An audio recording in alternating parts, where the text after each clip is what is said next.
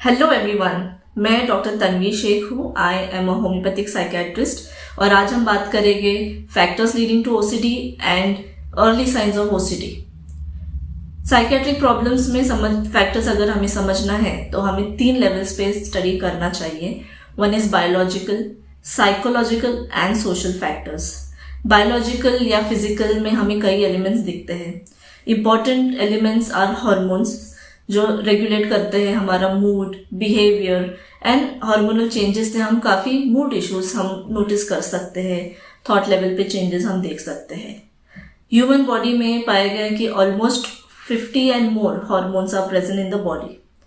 Similarly neurotransmitters बहुत important role play करते हैं ओसीडी के केसेस में। अगर आप देखो कि डोपामिन और सेरोटोनिन का काफ़ी इंपॉर्टेंट रोल है। डोपामिन एक न्यूरोट्रांसमीटर जो मूड रेगुलेट करता है और थॉट रेगुलेशन में काम आता है। And serotonin on the other hand helps to deal with compulsive thoughts and emotions. OCD के केसेस में डोपामिन ज़्यादा पाया जाता है और सेरोटोनिन कम पाए जाते हैं। इसलिए जो मेडिकल मैनेजमेंट के लिए हम सेरोटोनिन रिलेटेड जो ड्रग्स है वो यूज़ किए जाते हैं एलोपैथिक फील्ड में। Next is psychological. This is a very important aspect of understanding any psychiatric problems, anxiety issues and especially obsessive compulsive disorder. मैंने अपने एक लास्ट वीडियो में साइकोडायनामिक्स में इनर फिक्सेशन पे बात किया था। So let us just understand in some more detail. जब बच्चा 1.5-2 साल का रहता है उस समय उसका टॉयलेट ट्रेनिंग का फेज रहता है। एंड टॉयलेट ट्रेनिंग के 2 एलिमेंट्स होते हैं। One is holding on the stools and the other is letting go. जो act of letting go gives a sense of relief and relaxation, but letting go से पहले holding on जरूरी रहता है, नहीं तो there will be only letting गो।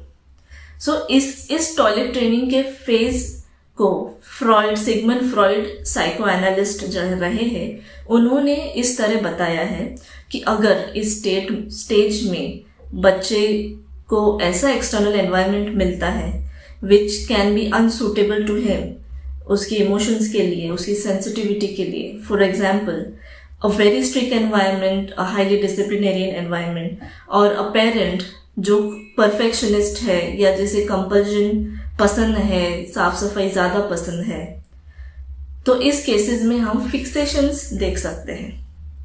आपने अक्सर देखा होगा एक छोटा बच्चा अगर स्टूल पास कर देता है और किसी पेरेंट ने बोल दिया कि अरे छी ये क्या कर दिया। ये जो कमेंट्स होते हैं, अगर वो बच्चा काफ़ी ओवर सेंसिटिव है तो उसे वो चीज़ इतनी लग सकती है कि उसे ये लगे कि इट इज़ रैदर मैं अपने स्टूल्स को होल्ड ऑन करूँ instead of letting go. So here the mechanism of control starts and OCD is control and compulsion. So जिन लोगों ने बचपन में इस फेज में ये एक्सपीरियंस किया है उनमें ओवर कंट्रोल का एक मैकेनिज्म डेवलप हो सकता है। इट इज़ नॉट नेसेसरी कि जिन्हें स्ट्रिक्ट पेरेंटिंग मिली है उन सब के साथ ऐसा हो, बट काफ़ी केसेस में ऐसा पाया गया है। तो इन बच्चों में आप आगे जाके देख सकते हो कि एक परफेक्शन के ट्रेड्स आपको दिखेंगे, या जब एडल्टहुड में या एडोलेसेंट एज में आपको एक परफेक्शनिज्म या कंपल्जन, रिपीटेटिव बिहेवियर ये दिख सकता है। So compulsion can begin in early childhood and fixation is one important aspect of obsessive compulsive disorder. The other thing is parenting styles. A child exposed to a perfect parent or a very disciplinarian parent, and if a child, अगर वो बच्चा बहुत sensitive है parents के comments को लेकर, या generally हम देखते हैं कि अगर 2 बच्चे हैं फैमिली में तो छोटे बच्चे के आने के बाद जो बड़ा बच्चा है उसको वो उतना अटेंशन नहीं मिलता है, तो वो ये सोचता है कि कैसे मैं अपने पेरेंट्स का अटेंशन पाऊँ। सो इन सब केसेस में आप देख सकते हो कि बच्चे जो है वो अपने पेरेंट्स को प्लीज करने के लिए एक परफेक्शनिज्म या एक उनकी पेरेंट्स की क्वालिटीज अडॉप्ट करने की कोशिश कर सकते हैं। इन केसेस में आप देखोगे कि बच्चों में एक प्रेशर या एक एंजाइटी क्रिएट होता है, जिसके वजह से उन्हें कॉन्स्टेंटली अपने पेरेंट्स की गुड बुक्स में रहना ज़रूरी लगता है, और इस चक्कर में एक कंपल्सिवनेस क्रिएट होने के चांसेस है। सो पेरेंटिंग स्टाइल्स और बच्चों की सेंसिटिविटी भी इसमें इंपॉर्टेंट रोल प्ले करती है। One other important thing is guilt anxiety complex. अक्सर ये सेक्सुअल ओसीडी के केसेस में देखा जाता है कि early exposure of some sexual content या थ्रू पोर्नोग्राफी या किसी को एक सेक्सुअल एक्ट में देख लिया या गलती से या एक आउट ऑफ क्यूरियोसिटी, तो उसके बाद there can be some guilt created and this has been seen in some cases कि इस एक्सपोजर से एक तरह का गिल्ट क्रिएट होता है माइंड में, but at the same time there is a curiosity to explore the sexual part. So in cases of excessive masturbation we see that there is some guilt, and then the guilt is leading to anxiety, and to cope up with it there is an excessive compulsive behavior. So this is one example in sexual OCD you can see. And the third, जो तीसरा element है, यानी social factors. Social factors में बहुत सारी चीज़ें आ सकती है, जैसे one is peer pressure. Generally हम टीनेजर्स में, यंग एडोलेसेंट्स में देखते हैं कि इतना प्रेशर वो एक्सपीरियंस करते हैं या वो उन्हें महसूस होता है कि एक तरह से मुझे रहने के लिए या इस ये ग्रुप मुझे एक्सेप्ट करे, इसलिए मुझे एक तरह से रहना पड़ेगा। This leads to a lot of anxiety and which can lead to compulsive behaviours. Pandemic एक बहुत इंपॉर्टेंट फैक्टर रहा है। कोविड में हमने देखा है कि fear of germs, germ phobia, disease phobia के वजह से बहुत लोगों को repeated hand washing, hygiene related repetitive behaviours काफ़ी डेवलप हुए। And so changing circumstances play an important role in the genesis of OCD, and thus कोई भी साइकेट्रिक इलनेस या इवन ओसीडी समझना है, उसके कारण समझने हैं, तो ये तीन एलिमेंट्स जो हैं, बायोलॉजिकल, साइकोलॉजिकल एंड सोशल, ये समझना बहुत ज़रूरी है। काफ़ी बार आप देखोगे कि इसके कारण जो होता है, ये इंटीग्रेशन ऑफ ऑल थ्री, इन तीनों का इंटीग्रेशन होता है। कुछ कारण से बायोलॉजिकल रीज़न भी हो सकता है, सपोज किसी के फैमिली हिस्ट्री है ओसीडी या कोई साइकेट्रिक प्रॉब्लम के, वो एक कारण हो सकता है, लेकिन उसके साथ इंटरनल सेंसिटिविटी या इंटरनल एंजाइटी, एक इमोशन से भी एक कारण होगा। तो दो से तीन मिक्स्ड रीजन भी हो सकते हैं। तो इस तरह हम ऑब्सेसिव कंपल्सिव डिसऑर्डर को समझ सकते हैं। अर्ली साइंस ऑफ ओसीडी समझने के लिए मैं एक छोटा एग्जाम्पल शेयर करती हूँ। एक 8 साल का बच्चा जिसका एक कंपल्सिव बिहेवियर था स्किन पिकिंग। अगर उसे कोई जख्म हो जाए तो उस पर जब जख्म हील होकर एक स्कैब फॉर्म होता है, उसे वो निकालने की इच्छा होती थी, और जिसके वजह से वो वुंड जल्दी हील नहीं होता। इसके पीछे कोई थॉट नहीं था, बट जस्ट एक इच्छा, एक डिजायर कि मुझे ये करना है, और जब तक वो नहीं करे तब तक उसका माइंड रिलैक्स नहीं होता। In this example this is just a feature of compulsion. इसमें अगर हम इसके फैक्टर स्टडी करें, so there was the child was exposed to disciplinarian parenting. The parent wanted him to be disciplined and well mannered, well behaved, जो वो follow करता था। दूसरा चीज़ है कि ये बच्चा डांट से बहुत सेंसिटिव है, तो किसी ने कुछ गलत ना बोल दिया या कोई डांट ना दे, इस वजह से भी वो और परफेक्शनिज्म उसका दिखाई देता था। लेकिन अगर उसे किसी ने डांट दिया तो उसका ये जो स्किन स्क्रैचिंग या पिकिंग का जो कंपल्सिव बिहेवियर है वो और बढ़ जाता था।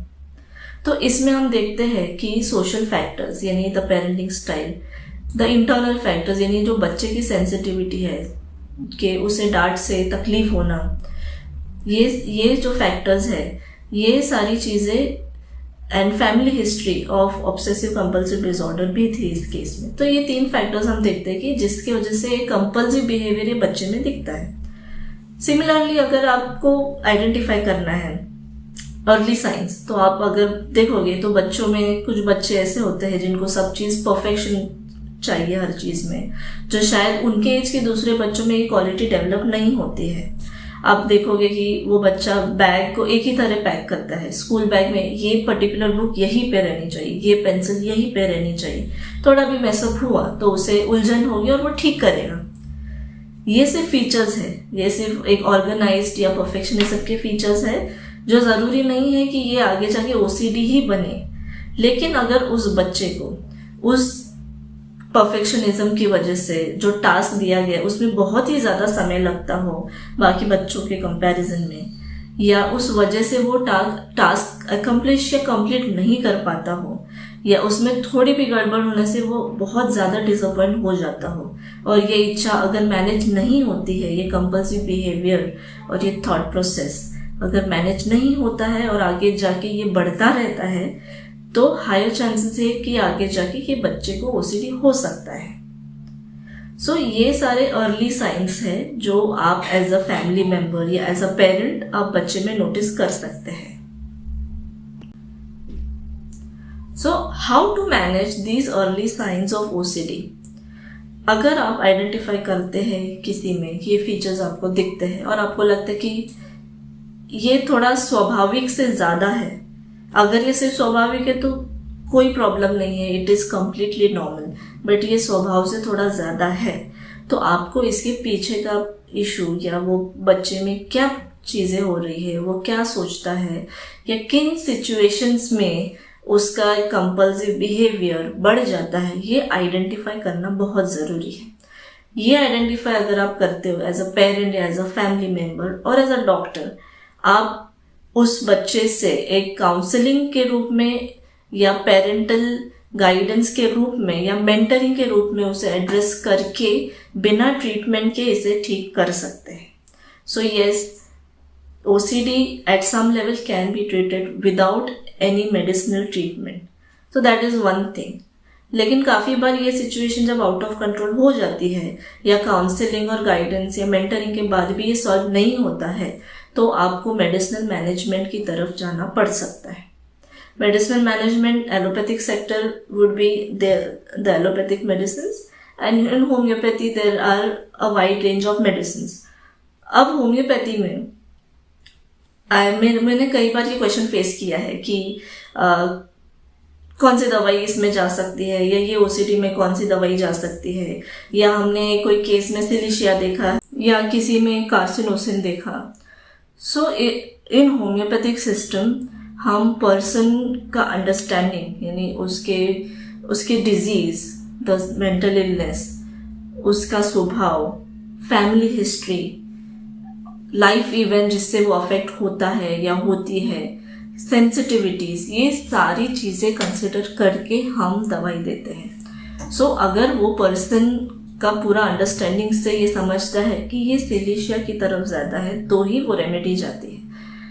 इसका ये मतलब नहीं है कि हर ओसीडी के केस में हम सिलिका कार्सिनोसिन, आर्सेनिक कार्बम दे सकते हैं। कुछ केसेस में काली कार्ब भी दिया जा सकता है, काली आयोड भी दिया जा सकता है। सो पर्सन का कॉन्स्टिट्यूशन, यानी उसका physical and mental built up पूरा समझने के बाद ही मेडिसिन प्रिस्क्राइब की जाती है। So it is not easy to say, और it is actually difficult to say कि एक स्पेसिफिक दवाई इस चीज के लिए है। इसलिए डिटेल कंसल्टेशन के बाद ही हम समझ सकते हैं कि ये पर्सन को ये सारी चीजें क्यों और कैसे है, और उस हिसाब से मेडिसिन प्रिस्क्राइब की जाती है।